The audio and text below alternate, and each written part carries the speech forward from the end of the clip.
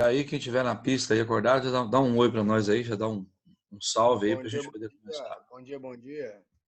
Vamos aí, né? Vamos lá, gente. Tá chegando gente aí já, né? Estamos aí com alguns. Muito bem. Bom dia. Então, essa aula de hoje, turma, é como se fosse a verdade é a reposição da nossa aula passada, né? Aquela aula que eu não. Já tá gravando, tá gravando aí, beleza. É reposição da aula da semana passada, que eu não pude estar com vocês. Então, nós vamos fazer a reposição hoje. Vamos aproveitar essa aula para a gente poder entrar em matéria nova. Nós tínhamos terminado já o assunto população, né? Demografia. Então, hoje vamos entrar no segundo assunto da geografia econômica. Então, continuamos ainda com o conteúdo da geografia econômica, né? Um assunto mais longo. Vamos continuar dentro da geografia econômica, só que agora o tópico número 2. E o tópico 2 é um dos mais importantes, né? Se não o mais. É a industrialização mundial e brasileira. Então, agora entramos nesse assunto. Industrialização mundial e brasileira. Isso é o conteúdo. Essa perspectiva de alterar a data do Enem, né? Estender o Enem mais para o final do ano, comecinho do ano que vem, tem um lado ruim e tem um lado bom. O lado ruim é que você fica comprometido mais tempo com os estudos. O lado bom é que você tem tempo para poder detalhar melhor, aprofundar um pouco mais, fazer uma revisão, fazer uma maratona, né? Há tempo para a gente poder se preparar melhor. Então, nós vamos começar hoje a estudar um dos assuntos mais importantes que tem para o conteúdo de economia para a prova, que é a industrialização. Então, nós começamos pela população, agora vamos para a indústria e depois já vir um próximo assunto, será a urbanização, que é o tripé, né? Os três assuntos assim de maior peso na parte econômica, né? Que é a grande mudança que a humanidade passou, né? Bom, gente, falar em indústria, industrialização, surgimento da indústria, revolução industrial, a industrialização é um assunto tão importante, mas tão importante, que os economistas, eles dividem a história da humanidade, do ponto de vista econômico, em dois períodos, antes e depois da primeira revolução industrial da era moderna, aquela que teve na Inglaterra no século XVIII. Então, toda a história econômica mundial pode ser dividida assim, antes e depois da Revolução Industrial.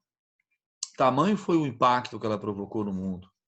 Tamanha foi a transformação que ela provocou nas relações de produção, relações de trabalho, que ela provocou no nosso modo de trabalhar, de produzir, de consumir, de viver, de circular, de pensar a produção. Então, de fato, a indústria, o surgimento da indústria moderna no século XVIII, começou na Inglaterra, né? Foi um fato assim de importância tão grande que nós podemos dividir dessa maneira, antes e depois da primeira revolução industrial, tá certo? Mas tem um porém nessa história. Nós não podemos pensar que a indústria foi a primeira forma de produzir mercadoria da história, né? Então, como é que eu vou dizer assim? Muita gente pensa, então não foi, a indústria não foi a primeira forma de produzir mercadorias da história. Ela, na verdade, foi a terceira, né? Quer dizer que antes da indústria havia outras formas de produzir mercadorias que antecederam a indústria.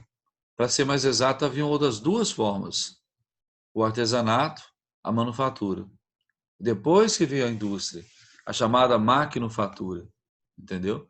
Então são três etapas, basicamente, e a gente vai ter que repassar elas com vocês agora nessa aula, né, para depois entrar de fato na indústria. E vamos entrar hoje ainda também.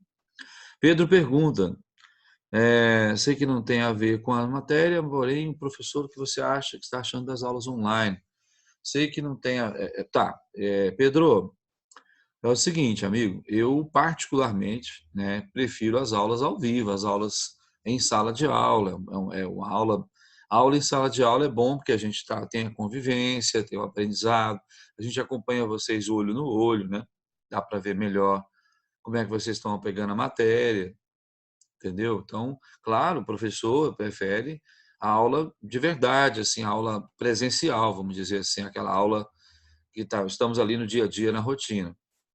Mas, em função dessa situação que o mundo está passando, o Brasil está passando, que eu acho que agora, até aqueles que diziam que era uma gripezinha começaram a prestar atenção, né? Uma gripezinha não mata mais de 20 mil pessoas assim, né? Então, de fato, a gente foi essa necessidade do afastamento, do isolamento, que eles chamam, né? Tá bom, você tem que isolar, então vamos ficar isolado. Agora não pode parar de estudar, né? Não tem como parar de estudar. A gente tem, especialmente vocês do terceiro e do curso, vocês têm uma meta, né?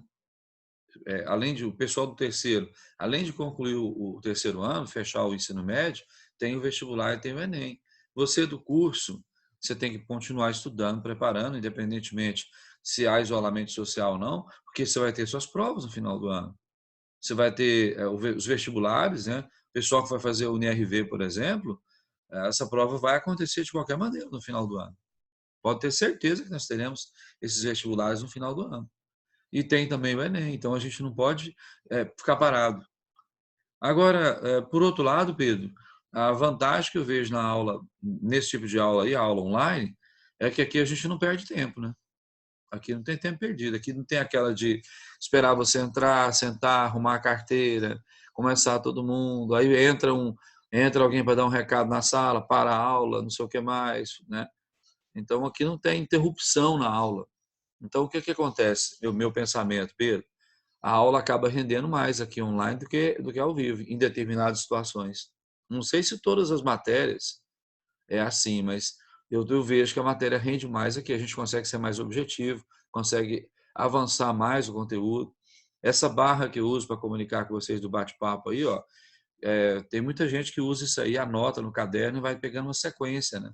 Então, digamos assim, tem lá suas desvantagens, que não é o tete a tete, não é a sala de aula, mas tem lá, a matéria ela acaba correndo mais rápido, né? O conteúdo vai mais em frente e, e assim, não é o ideal, né, Pedro? O ideal seria a gente estar junto, mas é o possível no momento. A hora que a gente puder voltar à nossa aula normal, essa aula, aí é muito, claro que é muito melhor, né? Tá bom? Mas eu estava dizendo para vocês então que a indústria não foi a primeira forma de produzir mercadorias. Vamos pegar as etapas, né? Vamos colocar aqui 2.1, vamos chamar de etapas evolutivas da produção de mercadorias. Vamos dar esse nome, tá? Etapas evolutivas da produção de mercadorias. Então, vamos começar falando da primeira etapa, que vamos colocar aqui, eita, letra A, o artesanato. Então, o artesanato foi a primeira forma de produzir mercadorias que apareceu na história. Primeira forma de produzir. Aí o artesanato ele tem algumas características que eu preciso lembrar para vocês, né? Então vamos lá, vamos às características do artesanato. Vou colocar aqui características.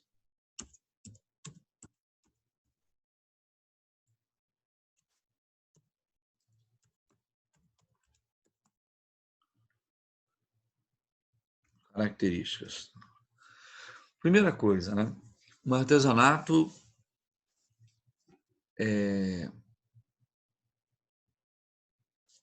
nós temos aqui o trabalho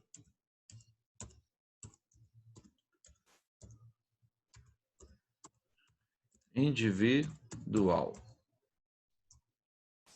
Ou seja, não havia divisão. Vou começar diferente. Espera aí, só um segundo. Vou começar assim. Ó. Trabalho manual.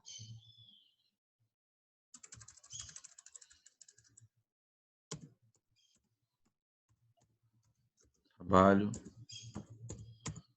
manual. Não haviam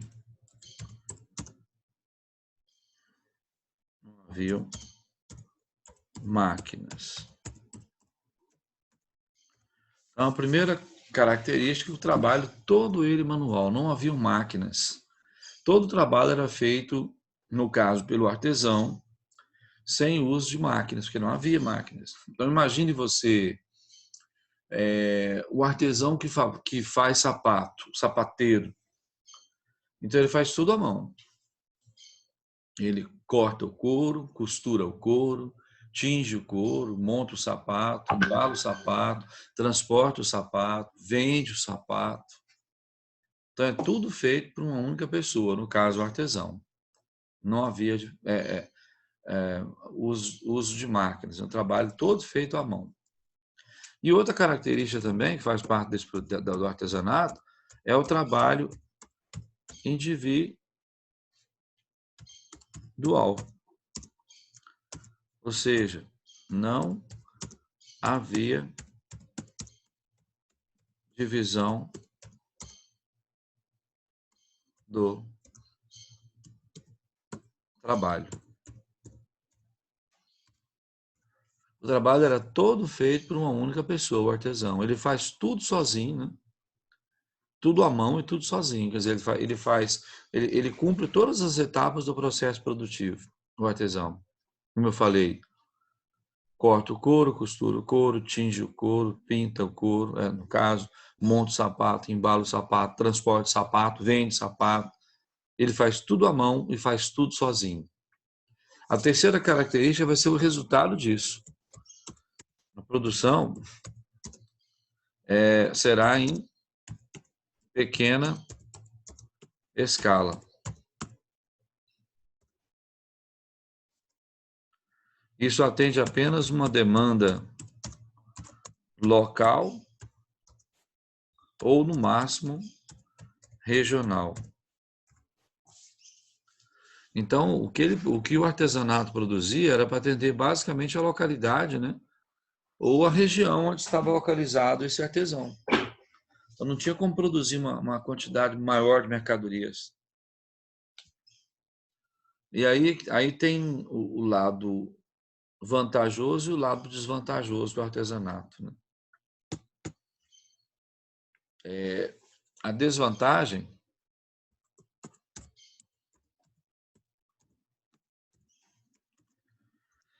você pode colocar aí é que ao longo do tempo a produção artesanal se tornou insuficiente para atender o consumo. Por que se tornou insuficiente? Porque a população foi crescendo, o consumo foi aumentando, e aí o artesanato não deu conta mais. Gente. Chegou ali, tipo, quando estava na chamada Baixa Idade Média, já no final da Idade Média, que aí o feudalismo está chegando ao fim, a população começa a sair dos feudos e ir para as cidades, cresce a população, cresce o consumo, e aí o artesanato se tornou insuficiente. Entendeu? Essa é a desvantagem. A vantagem do artesanato, a grande vantagem, é que o trabalhador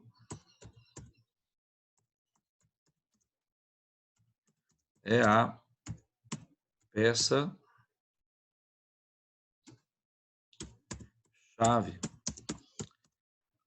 da produção. Essa é a vantagem. O trabalhador é a peça-chave, ele é o cara, né? Tudo depende dele. A habilidade, o talento, a capacidade, o intelecto, ele que dita o ritmo da produção. O trabalhador, ele é dono do próprio trabalho dele, ele não é empregado de ninguém. Então, esses aspectos é positivo para o trabalhador, né? Mas, por outro lado, aquilo que eu falei, né? A produção artesanal foi se tornando insuficiente.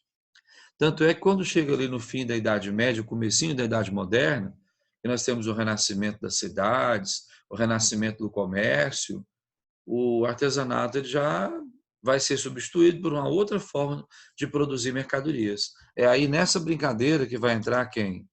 Vai entrar ela, a Manu. A manufatura. A manufatura foi a segunda forma de produzir mercadorias que surgiu na história. Ela surge ali em fins da Idade Média, comecinho da Idade Moderna. Assim como o artesanato, a manufatura também tem as suas características, vamos dizer assim, que identificam o que é a manufatura. Então vamos às características da manufatura. Características da manufatura. Vamos lá, então. A manufatura já tem algumas diferenças em relação ao artesanato. Por exemplo, o trabalho não é todo ele mais manual. Nós temos o uso de máquinas simples. Essas máquinas elas vão servir para complementar o trabalho do trabalhador. Aí, primeira característica, turma, o uso de máquinas simples. Então, aparecem as primeiras máquinas da história nesse período. Mas presta atenção, gente, não é aquelas máquinas modernas, cheias de tecnologia, não. Máquinas simples. Máquina que vai só auxiliar o trabalho, complementar o trabalho do trabalhador. Pensa aqui, por exemplo, vamos voltar ao caso do sapateiro, né? Agora tem uma máquina que corta o couro. Agora vai ter uma máquina que costura o couro. Mas todo o restante do trabalho, para fazer o sapato, depende ainda do trabalhador. Tem uma outra vantagem também, que seria a segunda característica, em relação ao artesanato, é que nós temos uma pequena divisão do trabalho. Então, o trabalho não é todo feito mais por uma única pessoa. Já tem um pequeno grupo de trabalhadores junto, já uma corporação de trabalhadores juntos ali, uma corporação de artesãos, uma corporação de ofício, né? Onde vão surgindo profissões, ofícios, né? Então, uma pequena visão do trabalho. Então, pensa você, comparando manufatura com artesanato, tem máquinas que ajudam o trabalho do trabalhador e já tem um grupo de pessoas trabalhando junto. Então, isso vai determinar uma mudança no ritmo da produção. Vamos colocar agora que a produção ela vai ocorrer em média escala e não mais em pequena escala. E agora a demanda que ela vai atender é uma demanda nacional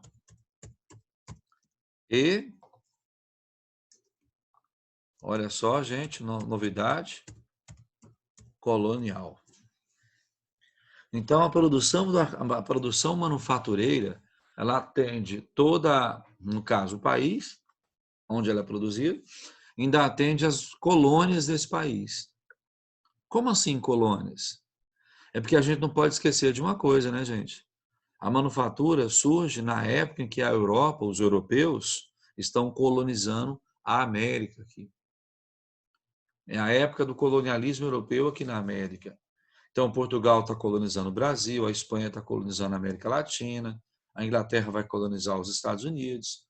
Essa época é a época que a manufatura se desenvolve. Entendeu?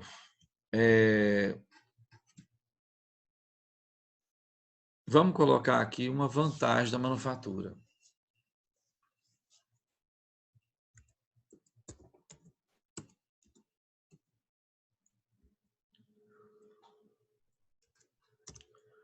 O trabalhador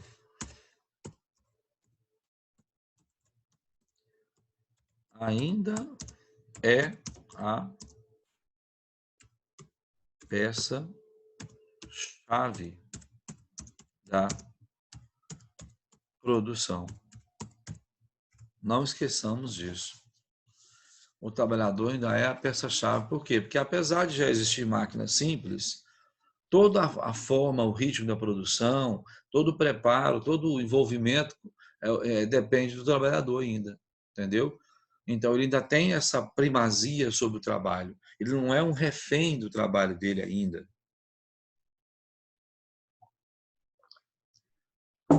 Tá certo, turminha? Bom, agora tem uma observação importante que a gente vai colocar a respeito da manufatura. Vou colocar para vocês aqui observação.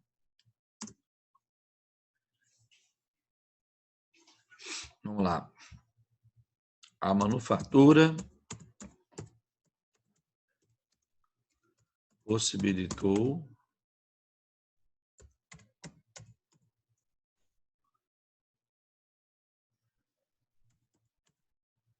aqui para as metrópoles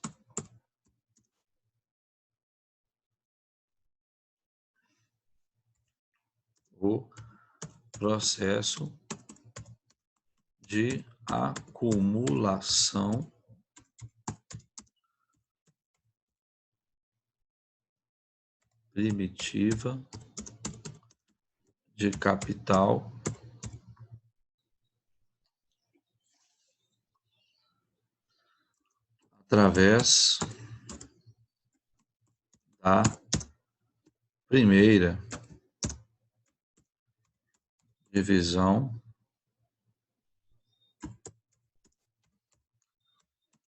internacional do trabalho,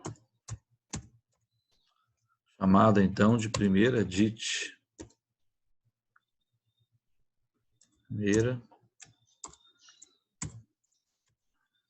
DIT.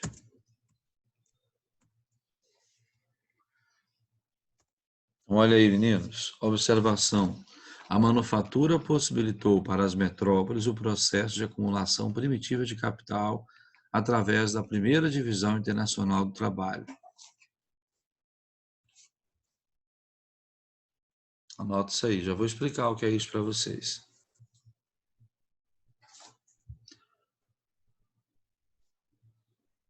Observação 2.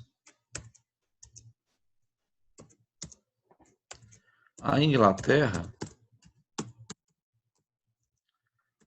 foi o país pioneiro da acumulação primitiva de capital. Agora vamos conversar sobre isso.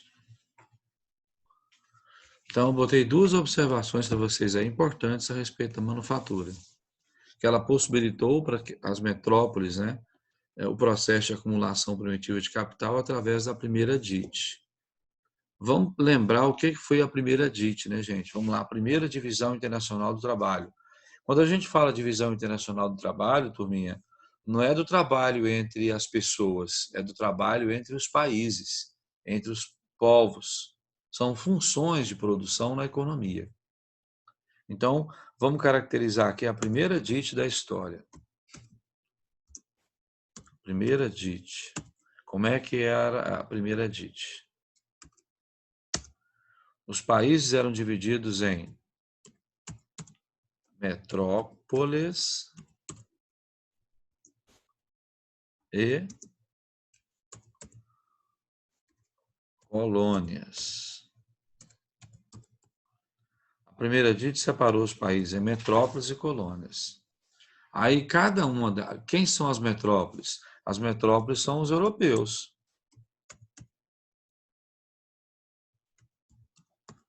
São os países europeus, especialmente aqueles que colonizaram a América, né? Portugal, Espanha, Inglaterra, França, Holanda, né? Esse povo aí. E quem são as colônias?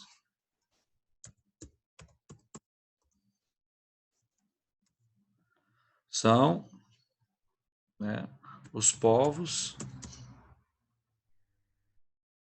da América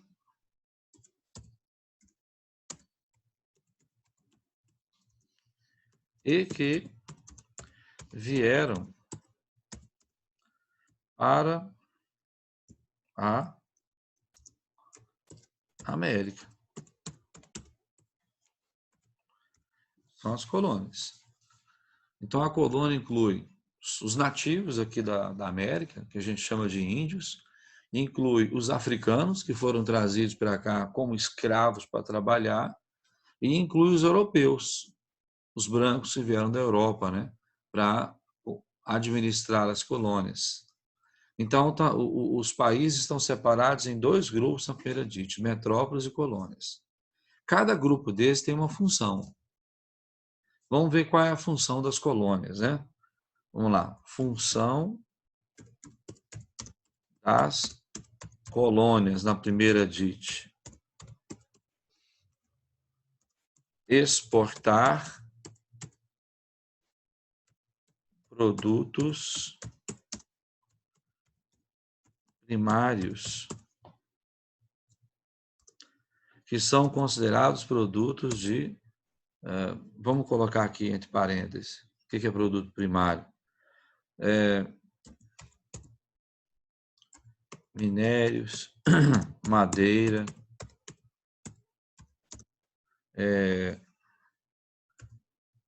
gêneros agrícolas,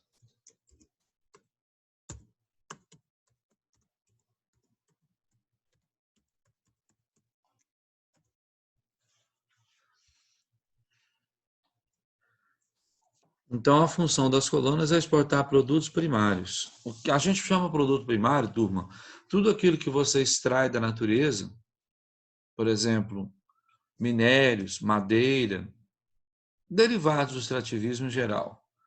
E também tudo aquilo que você planta e colhe. Plantou cana, colheu cana, é um produto primário. Plantou soja, colheu soja, produto primário. Entendeu? Então, a função das colônias era exportar esses produtos para suas metrópoles, produtos primários, minério, madeira, gêneros agrícolas. E vamos colocar aqui uma observação. Os produtos primários são de baixo valor agregado. Oh, meu Deus, espera aí, só um minutinho. Agregado. Ou seja,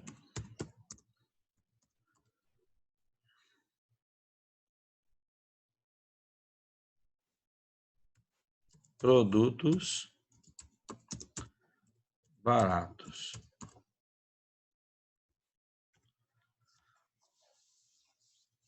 Produtos baratos.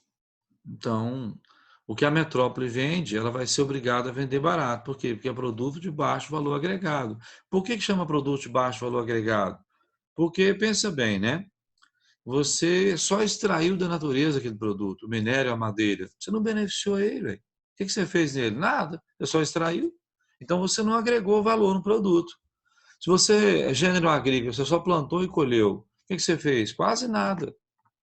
Então, tipo assim, você não agregou valor. Na hora de vender, ele é chamado de produto de baixo valor agregado, ou produto barato, vai ter que vender barato, né? Então, as colônias vendem barato para suas metrópoles.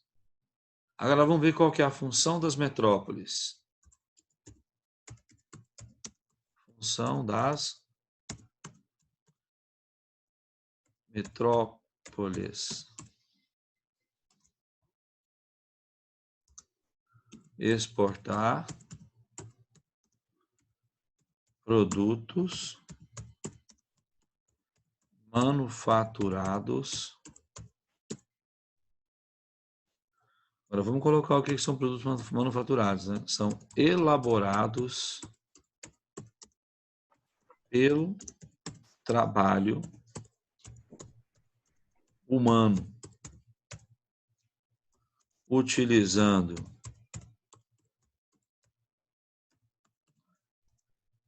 matéria-prima, energia,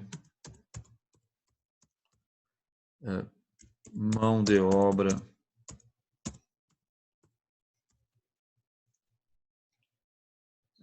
transporte,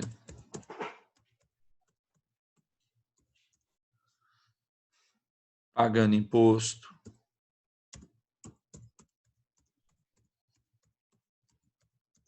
e gerando lucro.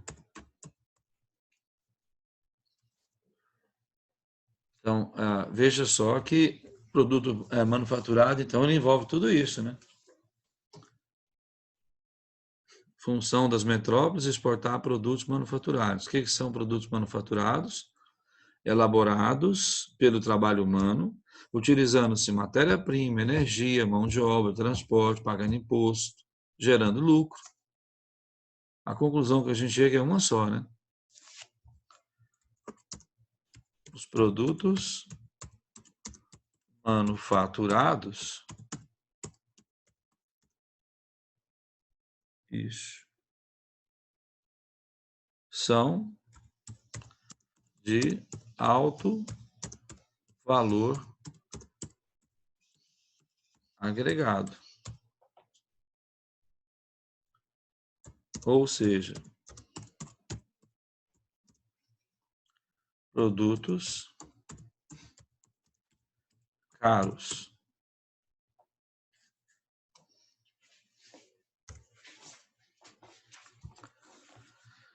O produto manufaturado é de alto valor agregado, por quê? Porque você agregou muito valor nele. Quando você elabora um produto, você não usa mão de obra, você não usa matéria-prima, você não vai usar energia, você não vai usar transporte, você não vai ter que pagar imposto, você não vai ter que. Esse produto tem que gerar lucro para você. Então, olha o tanto de valor que você agregou no produto. Na hora de vender, ele tem um alto valor agregado. Eles são produtos mais caros. Então, a conclusão que a gente chega em relação à primeira DIT é que, na hora de fazer comércio, né, é um sistema, vamos colocar aqui a primeira DIT,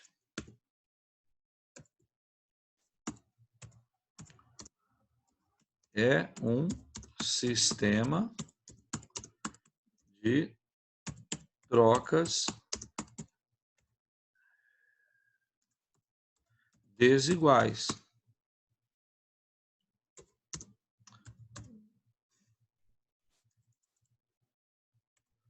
Isso porque as colônias vendem barato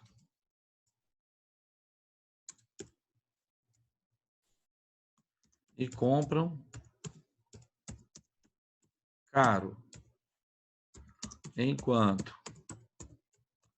as metrópoles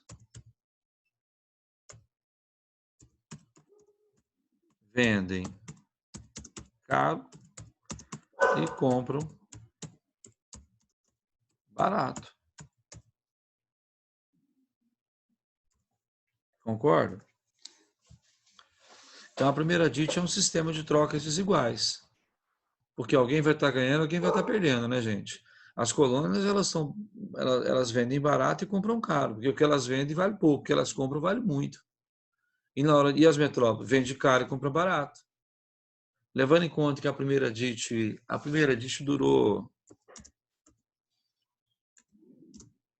A primeira DIT durou... Vamos colocar assim, a DIT ocorreu entre os séculos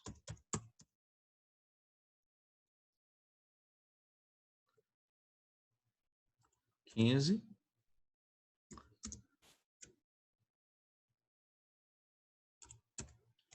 16, 17 e 18.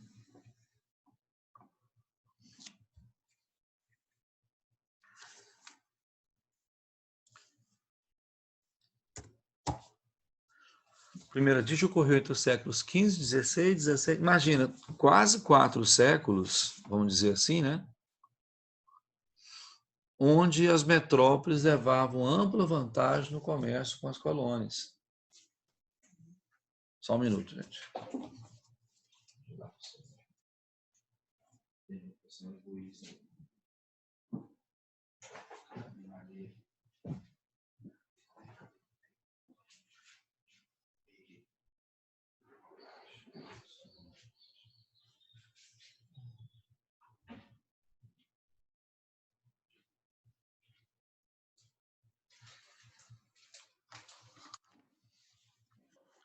Então, imagine você, durante todo esse período aí, ó, um lado levando vantagem, o outro levando desvantagem, né? Então aí você pode falar que a primeira DIT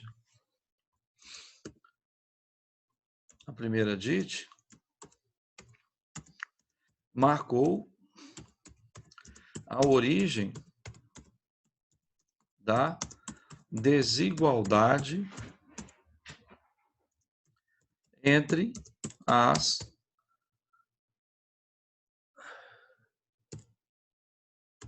nações.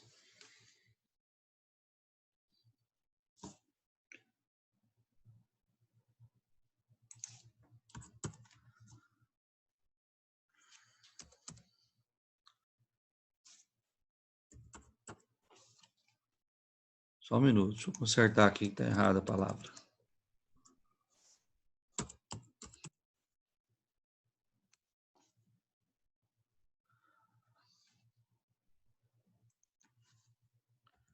Originando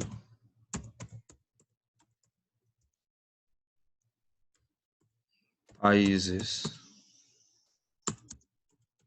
ricos e pobres, industrializados e não industrializados,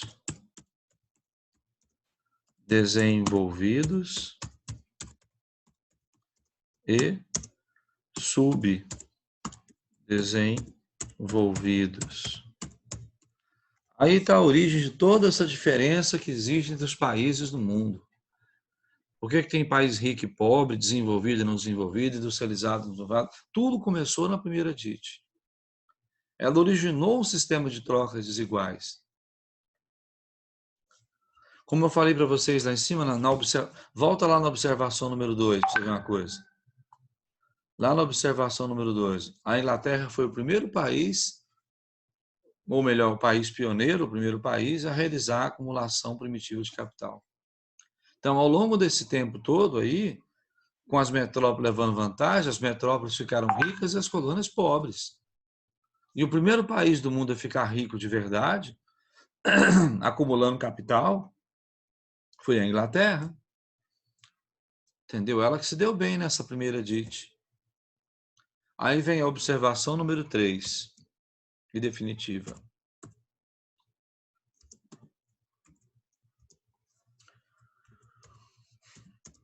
Com o capital acumulado da primeira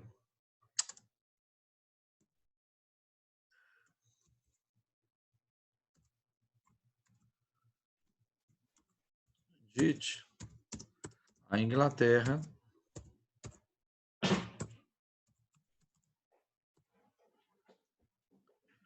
investiu na pesquisa científica,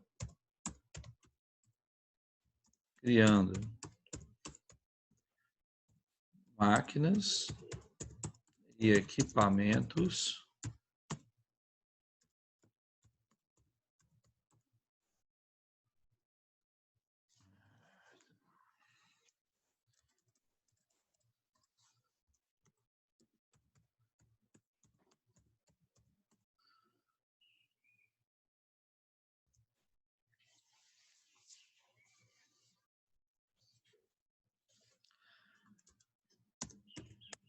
que deram origem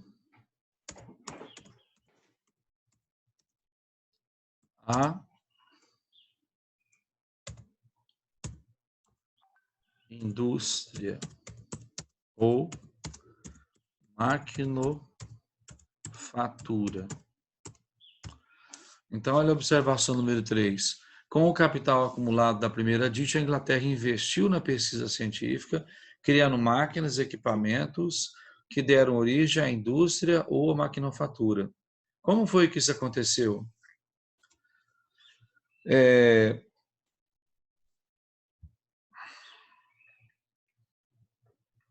Dessa forma,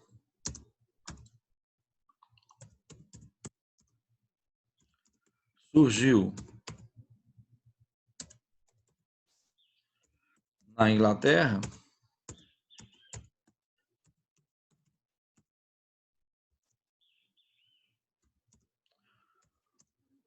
o primeiro ciclo tecnológico da era industrial.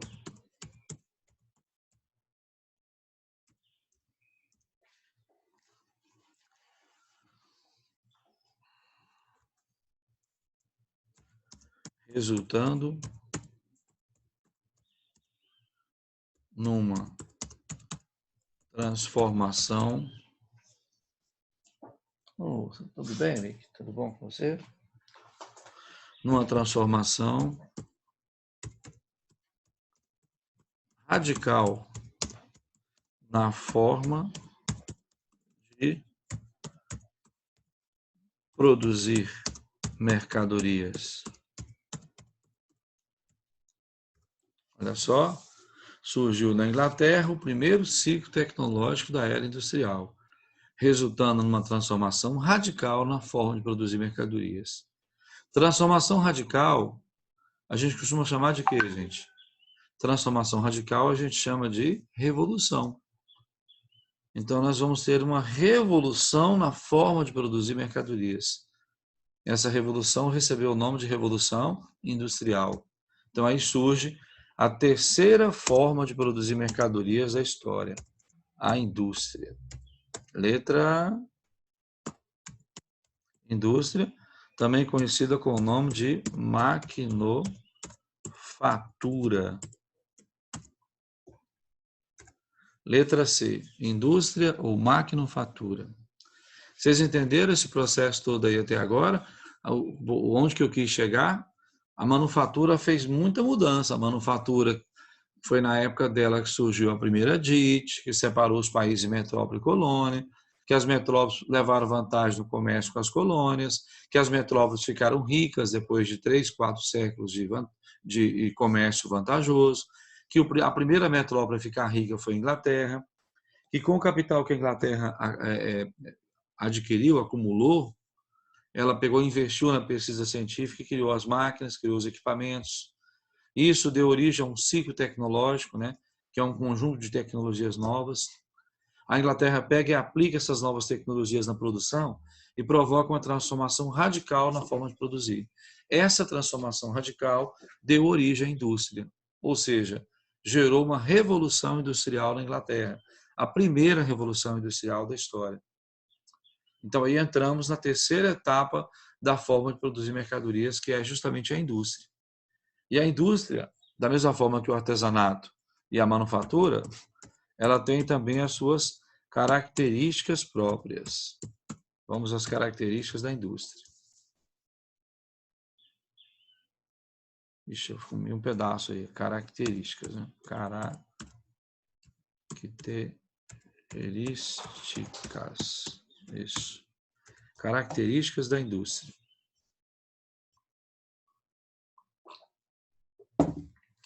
Bom, vocês viram que no artesanato não tinha máquinas. Na manufatura, uso de máquinas simples. E na indústria? Na indústria, vamos colocar aqui uso intensivo de máquinas. Uso intensivo de máquinas.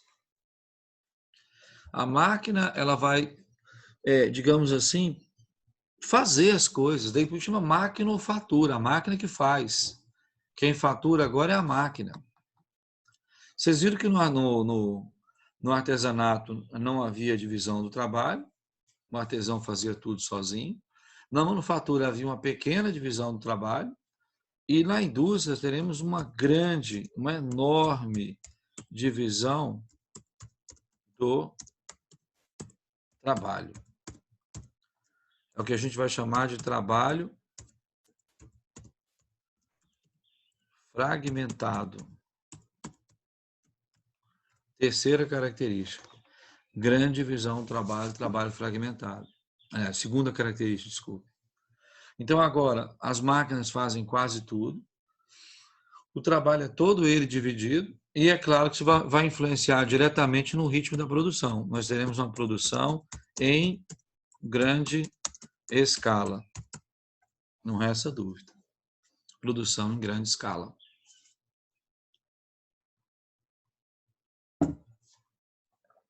E agora a demanda será uma demanda mundial ou global.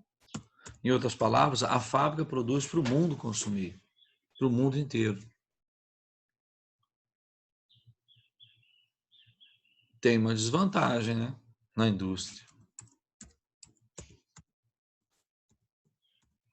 Para o trabalhador, né? A máquina é a peça-chave da produção. O trabalhador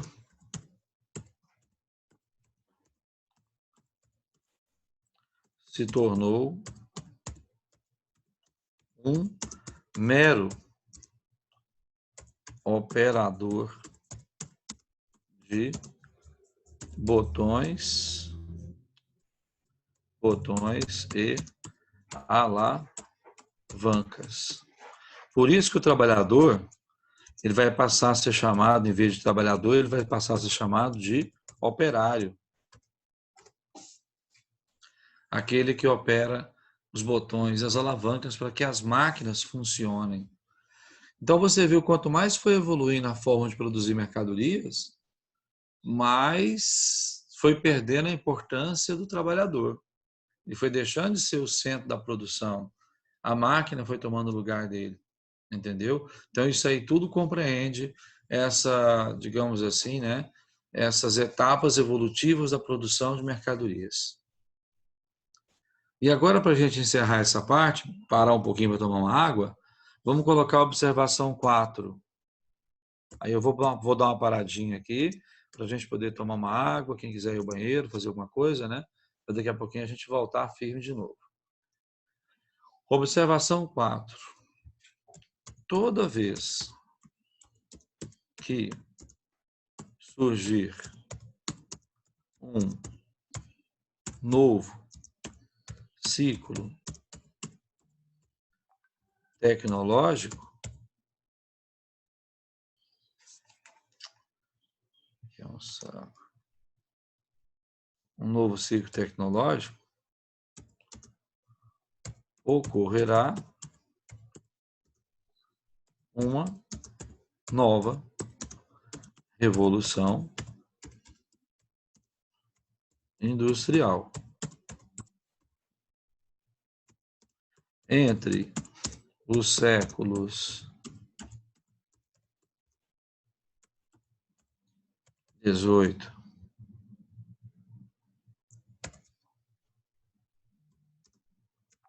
19 e 20, surgiram três grandes ciclos tecnológicos, gerando três revoluções industriais. Meninos, anote isso aí, que isso aqui é fundamental, galera. Observação 4. Toda vez que surgir um novo ciclo tecnológico, ocorrerá uma nova revolução industrial. Entre os séculos 18, 19 e 20, os economistas constataram que surgiram três grandes ciclos tecnológicos. Se cada ciclo corresponde a uma revolução industrial, então quantas revoluções industriais ocorreram entre o século 18 e o século 20? Três. A primeira revolução industrial no século 18, a segunda revolução industrial no século 19 e a terceira revolução industrial no século 20. E já tem gente afirmando que a partir de 2020 agora, nós estaremos iniciando um novo ciclo tecnológico, o que corresponde à quarta revolução industrial, se assim o coronavírus permitir, né? Porque por enquanto nós estamos com o mundo parado, né? Esperando aí um tempo melhor, tá bom? Mas é aí que eu queria chegar com vocês nessa primeira parte da aula. Agora eu quero ouvir de vocês, quem quiser usar o áudio, pode usar o áudio, quem quiser escrever, escreve. Se vocês acompanharam bem esse processo todo aí, né? Artesanato, manufatura, indústria, compreendeu a primeira DIT, porque aqui, isso aqui é base para o que vem pela frente daqui a pouquinho.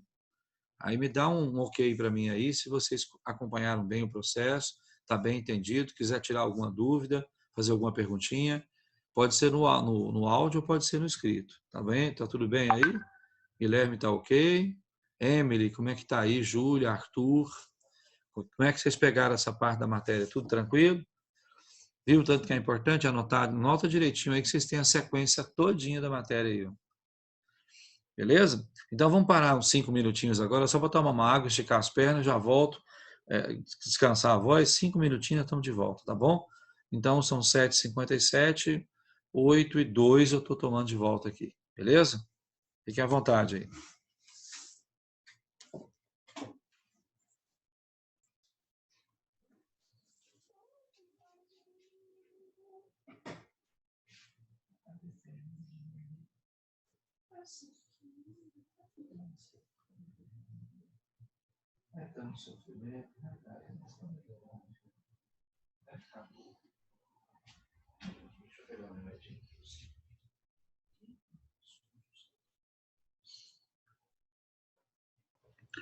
Nós paramos aí nas etapas evolutivas da produção de mercadorias, que foi o tópico número 2.1, né?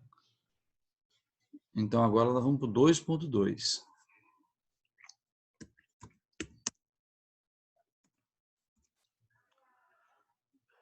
Histórico das revoluções industriais. Bom, se nós constatamos agora há pouco que ocorreram 3 revoluções industriais na história, próximo passo, vamos conhecer, vamos relembrar, vamos caracterizar cada uma dessas 3 revoluções industriais que houveram na história, né? Em que período ocorreram, qual país iniciou, que novidades cada uma trouxe, qual tipo de indústria se desenvolveu, qual a principal fonte de energia utilizada, qual o principal meio de transporte utilizado. Temos que saber isso de cada uma dessas revoluções industriais. E é isso que a gente chama de ciclo tecnológico, né? Então, cada revolução industrial que ocorreu na história, ela teve um ciclo tecnológico diferente. Então, vamos retratar qual foi o ciclo tecnológico de cada uma dessas revoluções industriais. Começando pela primeira, né? Então, vamos letra A. Letra A, vamos chamar de primeira revolução industrial. Vamos colocar aqui o período que ela ocorreu, né? Colocar 1750, tracinho 1850. Seria isso, né? Primeira Revolução Industrial. Gente, não preocupa com data não, tá, gente? A data aí é só para você não ficar perdido na história. Quem é que garante que a primeira Revolução Industrial começou de fato em 1750? Pode ter sido em 1960, 1760, 1770, 1740. Foi por volta de 1750. E quem afirma que ela acabou em 1850 também? É difícil, né? Pode ter acabado um pouco mais, pode ter acabado um pouco menos. O que a gente sabe é que o ciclo tecnológico da primeira Revolução Industrial, ele durou mais ou menos uns 100 anos. Então, a tecnologia que foi utilizada mais ou menos durante 100 anos aquela tecnologia. Tá bom? Então, vamos agora para as principais características da primeira Revolução Industrial. Características.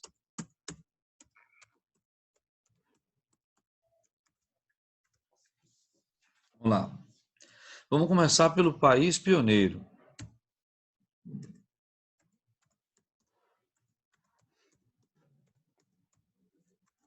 Naturalmente, o país pioneiro foi ela, né? A Inglaterra. Inglaterra, eu vou colocar aqui depois, logo depois, foi a França.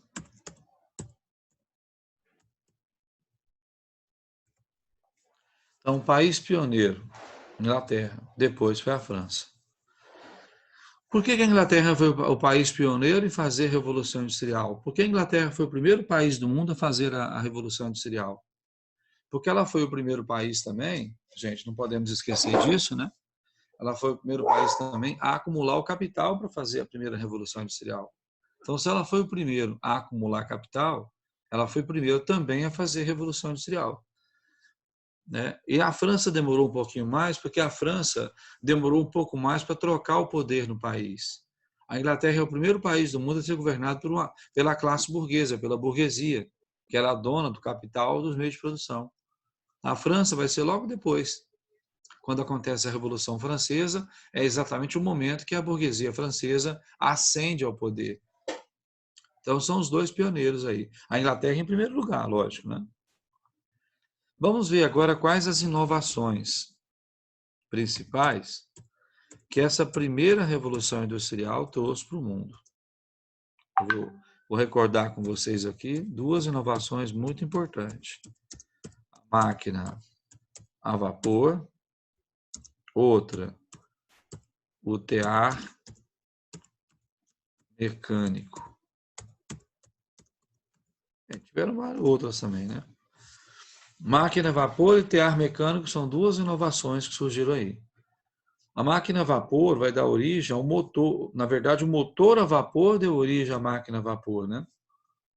Então, o motor a vapor. Esse motor a vapor ele vai equipar o motor das locomotivas, dos trens, né? É o mesmo motor usado nas máquinas que vão trabalhar na primeira revolução industrial. As máquinas, né, movidas a carvão mineral. E qual o tipo de indústria que vai se destacar na primeira revolução industrial? Tipos de indústrias.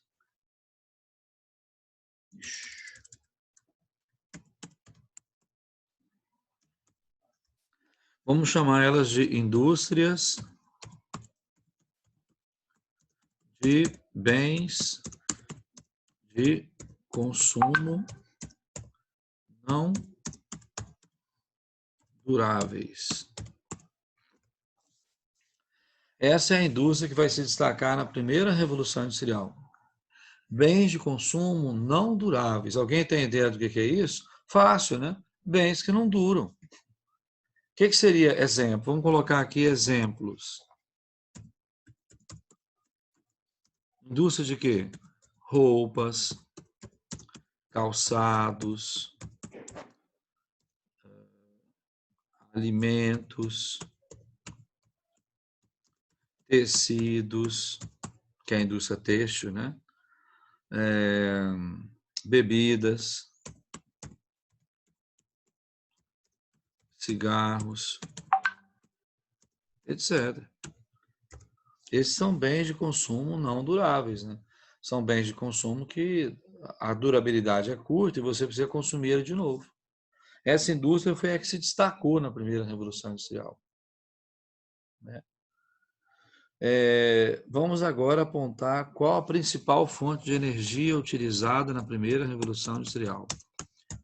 Fonte de energia principal, sem dúvida nenhuma, foi o carvão mineral, a principal fonte de energia da primeira Revolução Industrial.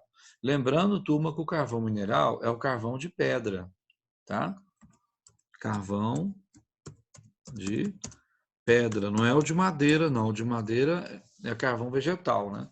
Esse é o de pedra, tirado da rocha, jazida e utilizado nas fornalhas das fábricas, né? E também no motor das locomotivas, no motor a vapor. É o carvão mineral. Inclusive tem uma curiosidade, né? Vamos colocar aqui uma curiosidade. As indústrias nessa época se localizavam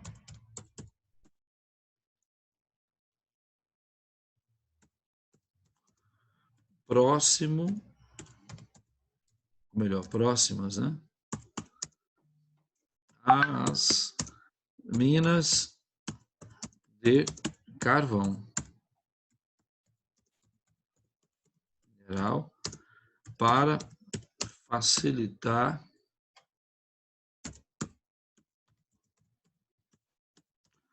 o acesso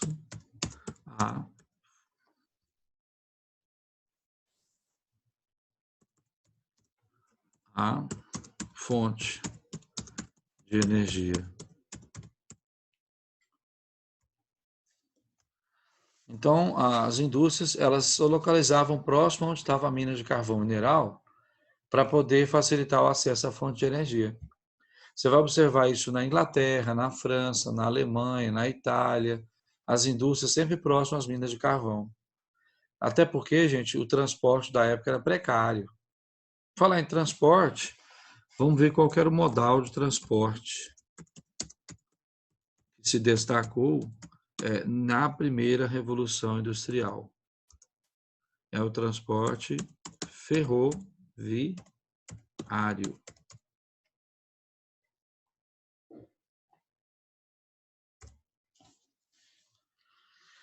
E aí nós fechamos o ciclo tecnológico que correspondeu à primeira Revolução Industrial da história. Certo, gente? Então, quando você pensar em primeira Revolução Industrial, você tem que pensar em quê? Inglaterra pioneira, depois França. Máquina a vapor, tear mecânico, motor a vapor, indústria de bens de consumo não duráveis. O que mais? Carvão mineral, fonte de energia, transporte ferroviário, indústria perto da mina de carvão. Isso é primeira Revolução Industrial. Certo, gente? Agora vamos para a letra B. Adivinha o que é a letra B? Segunda Revolução Industrial. Vamos colocar a data dela também, né? 1850, tracinho, 1950. Olha aí, segunda Revolução Industrial pintando na área, gente. Olha a data. De novo, fala, não preocupa com data. Data é só para a gente não ficar perdido no tempo. Então, a segunda Revolução Industrial teria começado ali na segunda metade do século XIX. E ela teria durado esse ciclo até mais ou menos ali o fim da Segunda Guerra Mundial. Ou até menos que isso. O segundo ciclo tecnológico, ou seja, a segunda Revolução Industrial, o ciclo dela durou menos de 100 anos.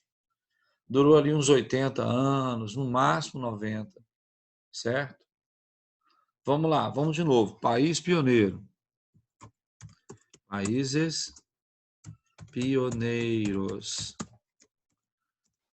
Vou começar com a Vossa Majestade, Estados Unidos, Alemanha e Japão. Esses aí são os 3 países pioneiros da segunda Revolução Industrial. Uai, professor, cadê a Inglaterra? A Inglaterra também participou da segunda Revolução Industrial, é lógico, mas ela não foi o pioneiro. A Inglaterra criou o primeiro ciclo tecnológico da indústria.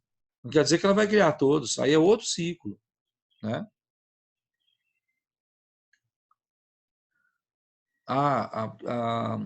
É, alguém me perguntou aí, foi a Dupla Nil, perguntou para mim, o nome do carvão mineral se encontra no Brasil. O que encontra no Brasil em grande quantidade, maior quantidade, é a hulha. Apesar de no Brasil e Santa Catarina também, tem um carvão muito ruim chamado turfa. Mas o mais comum é a hulha, H-U-L-H-A, hulha. Viu? Bom, vamos seguir. País pioneiro, Estados Unidos. Por que esses 3, hein? Porque durante o século XIX, o país que mais se destacou foi os Estados Unidos, hein? Não foi, gente? Unificou o território, fez o território crescer, transformou a América na sua área de influência, né? E adquiriu um grande poder econômico. Na Europa, o destaque vai para a Alemanha, porque a Alemanha ela se unifica mais tarde, é verdade, mas o território que corresponde à Alemanha gera uma potência industrial. E lá na Ásia vai ser o Japão. O Japão vai passar por uma revolução, né, chamada Era Meiji. Aí o Japão passa a ser governado pelo imperador. O imperador centraliza o poder, monta toda uma infraestrutura no país, estradas, ferrovias, portos, energia elétrica, chama as famílias mais ricas do país para ajudar na indústria, e aí o Japão se torna um país industrializado antes de começar a Primeira Guerra Mundial. O Japão já era a maior potência industrial da Ásia. Então, eles são os pioneiros. Mas aí você pode colocar no time Inglaterra, França, Holanda, a galera toda, né? Vamos. Depois de país pioneiro vem o quê? Inovações. Inovações que surgiram com a segunda Revolução Industrial. O motor a combustão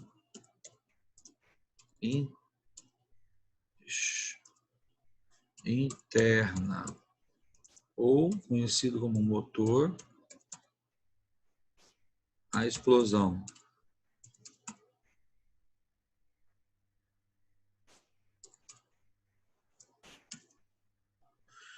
O que mais? Eletricidade. O que mais? O aço. Olha as novidades chegando. Inovações da segunda Revolução Industrial. Motor a combustão interna. O chamado motor a explosão, né? Que é o motor de carro. Motor de carro, galera. Motor de carro. Eletricidade, energia elétrica e o aço que passou a ser produzido em larga escala. Aí os tipos de indústrias que vão se destacar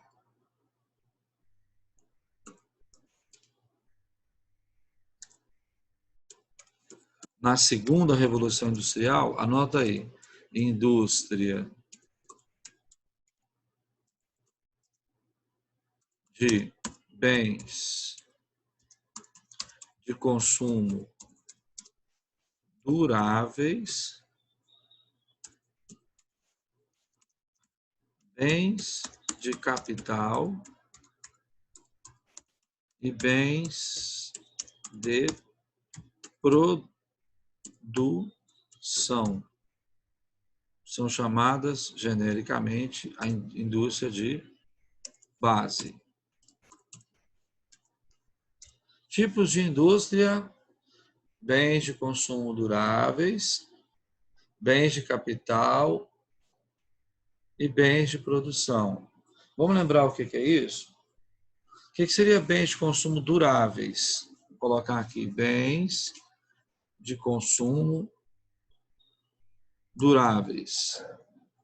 Equivale a automóveis e eletrodomésticos. Então, bens de consumo duráveis, automóveis e eletrodomésticos. Bens de capital, bens de produção, né? Deixa eu ver. Bens de capital e bens de produção. Bens de capital. Exemplo. Máquinas e equipamentos.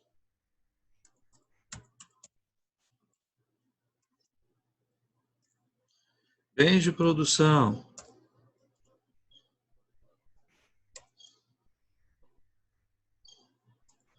Produtos intermediários.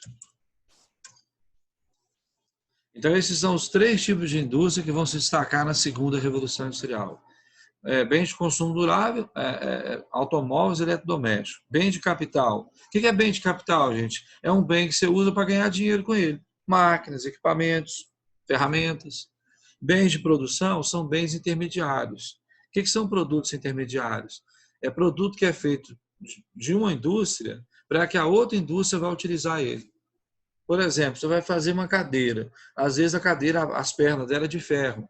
Então a indústria produz a base e atende a outra. A siderúrgica, a metalúrgica é bem de produção.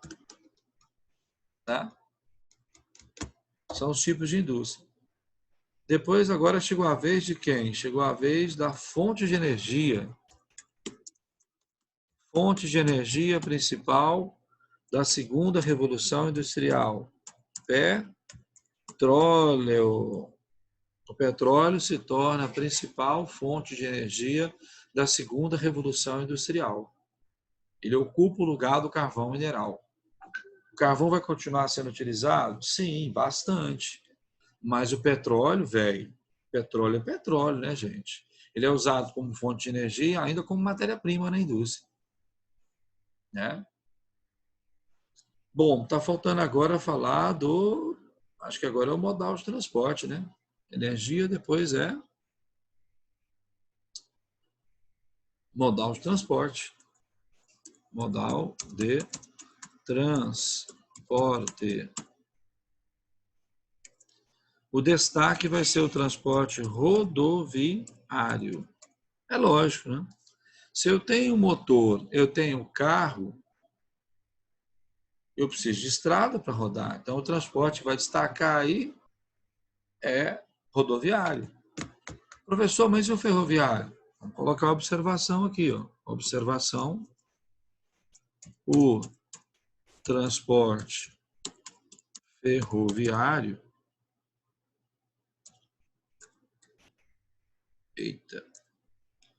Ferroviário teve grande expansão nesse período.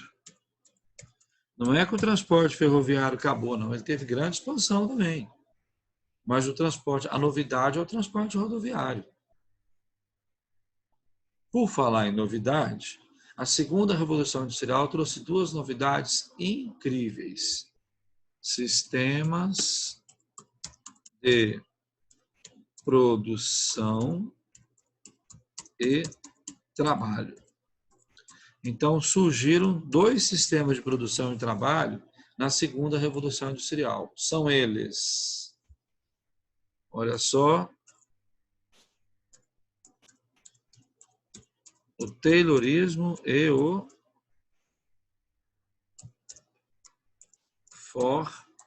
Fordismo. Então, surge o Taylorismo e o Fordismo durante a segunda Revolução Industrial. São novidades que aparecem nesse ciclo tecnológico.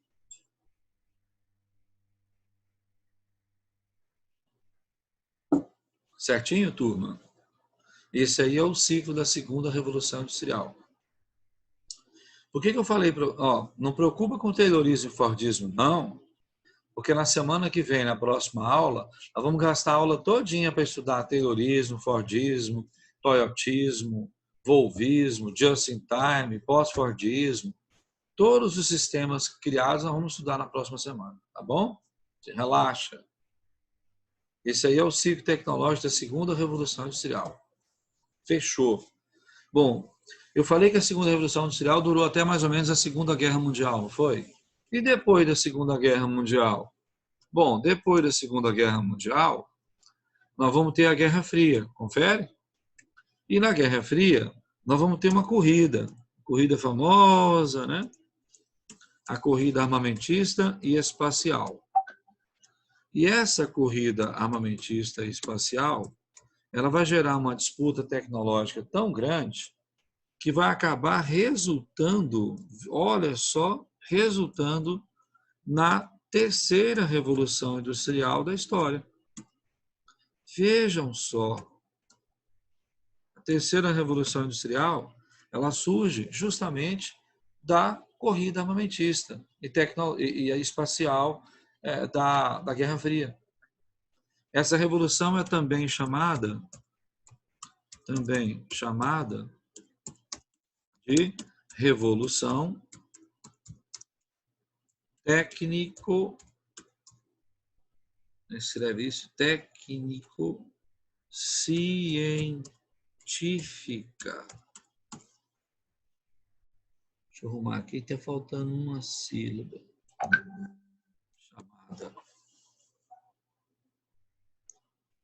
Também chamada de revolução técnico-científica. Olha, a data de início dessa revolução é muito controversa, porque dos anos 50 até os anos 70, ela ficou restrita mais à indústria bélica e espacial, por causa da corrida armamentista. Foi a partir dos anos 70 que, de fato, as tecnologias criadas pela corrida armamentista e espacial seriam reutilizadas na produção de mercadorias. E aí sim, temos, né, alguns autores dizem que a terceira revolução industrial, ela começou para valer mesmo, foi a partir dos anos 70. Então, se aparecer em prova dizendo que a terceira revolução começou nos anos 50, tá ok. Se aparecer dizendo que foi nos anos 70, tá ok também. Vamos brigar por causa de... Eu falei para vocês que não compensa brigar por causa de data. Agora, uma coisa é certa, o ciclo tecnológico da terceira revolução industrial, ele foi ainda menor do que o da segunda. Olha só, ele durou aí uns 70 anos. Nós estamos falando já em quarta revolução industrial, né? Então, vamos agora às características, né, definidoras da segunda revolução industrial, né? Eu coloquei as características da primeira, coloquei da segunda, e agora chegou a vez de colocar da terceira.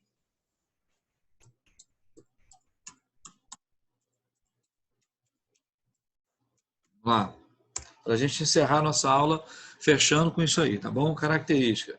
Países pioneiros.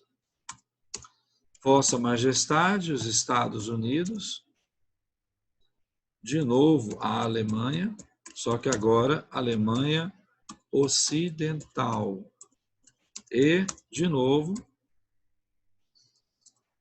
Japão. Deixa eu consertar um errinho aqui. Parece.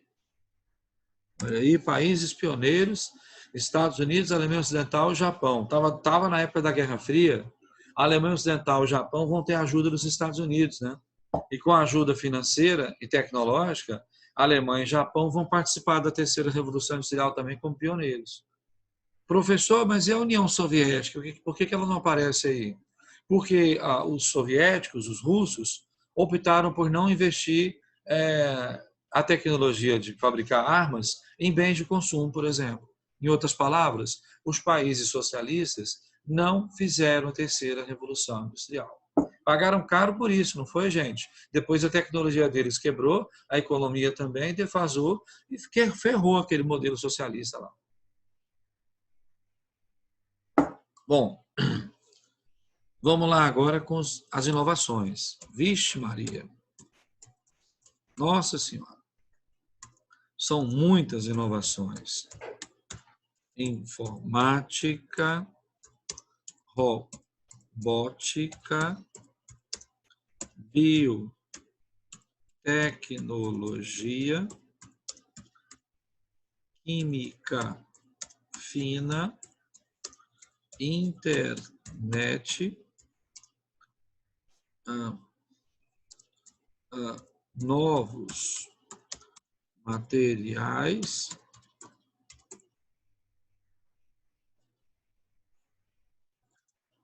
automação,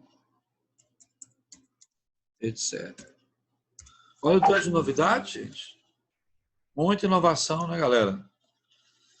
Informática, robótica, a biotecnologia que vai dar origem à engenharia genética, né?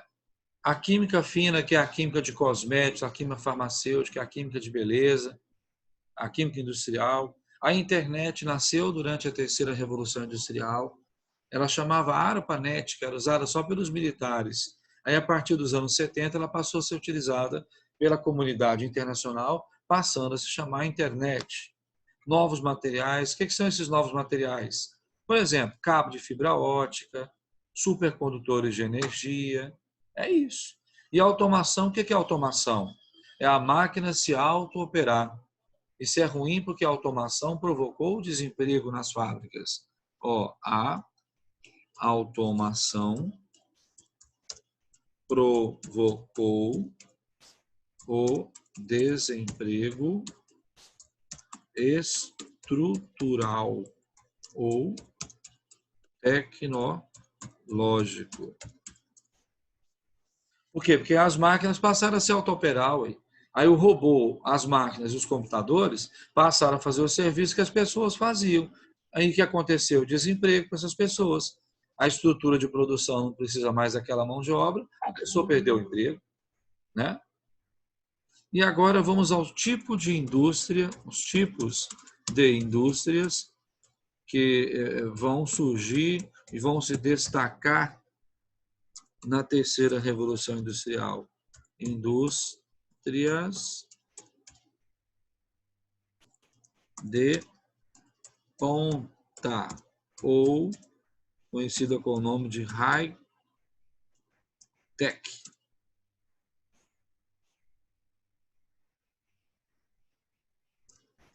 O que é a indústria de ponta ou high-tech? É a indústria de alta tecnologia. É a indústria que está na frente, na ponta, a indústria que mais se destaca, se desenvolve. São as indústrias que fabricam computadores, robôs, máquinas, equipamentos. Esse é o tipo de indústria que vai destacar aí, né? Fontes de energia. Bom, continua sendo petróleo a principal fonte de energia. Só que aí surgiram outras fontes que vão se destacar. Por exemplo, a energia, vamos colocar aqui, nuclear e as fontes alternativas de energia, que também vão ter grande destaque na terceira revolução industrial. Para fechar, o modal de transporte, né? Aqui tem muita novidade também no modal de transporte. Tem o transporte aeroviário, hidroviário, metroviário, dutoviário, isso, e infoviário. Autor de transporte, gente, aeroviário, avião, hidroviário, né, navios de grande porte, metroviário, metrôs, dutoviário. O que é o dutoviário? São os dutos, aquelas tubulações subterrâneas por onde passa óleo, oleoduto, onde passa gás, gasoduto, onde passa minério, mineroduto. O que é o transporte infoviário? Que transporta informações, a internet, a comunicação por satélite. E agora, para a gente despedir, vamos colocar só, né, os sistemas de produção, produção e trabalho que surgiram na terceira revolução industrial. São eles, olha só, o toyotismo e o volvismo. Eles é que são chamados de pós-fordismo. São os sistemas de produção e trabalho que surgiram na terceira revolução industrial. E que na próxima aula faremos o quê? Iremos estudar esses sistemas. Taylorismo, Fordismo, Toyotismo, Volvismo, pós-Fordismo, o outro chamado Just in Time. É isso que vamos estudar na próxima aula. Então, gente, eu queria agradecer muito a presença de vocês, dando meu tchau definitivo essa semana para vocês, né? Um tchau aí definitivo. Desejar um ótimo final de semana para todos vocês, um bom descanso e retornaremos na próxima terça-feira para a gente poder seguir nosso trabalho. A turma acompanhou bem a aula aí, tudo tranquilo, ficou alguma dúvida, conseguiram acompanhar direitinho, dar um ok aí para nós, tudo bem, gente? Então, tudo de bom para vocês, fiquem com Deus, cuidem da saúde de vocês, né, para ficar tudo tranquilo. Para a semana que vem a gente dar continuidade ao trabalho. Um abraço para todos e bom final de semana. Bom?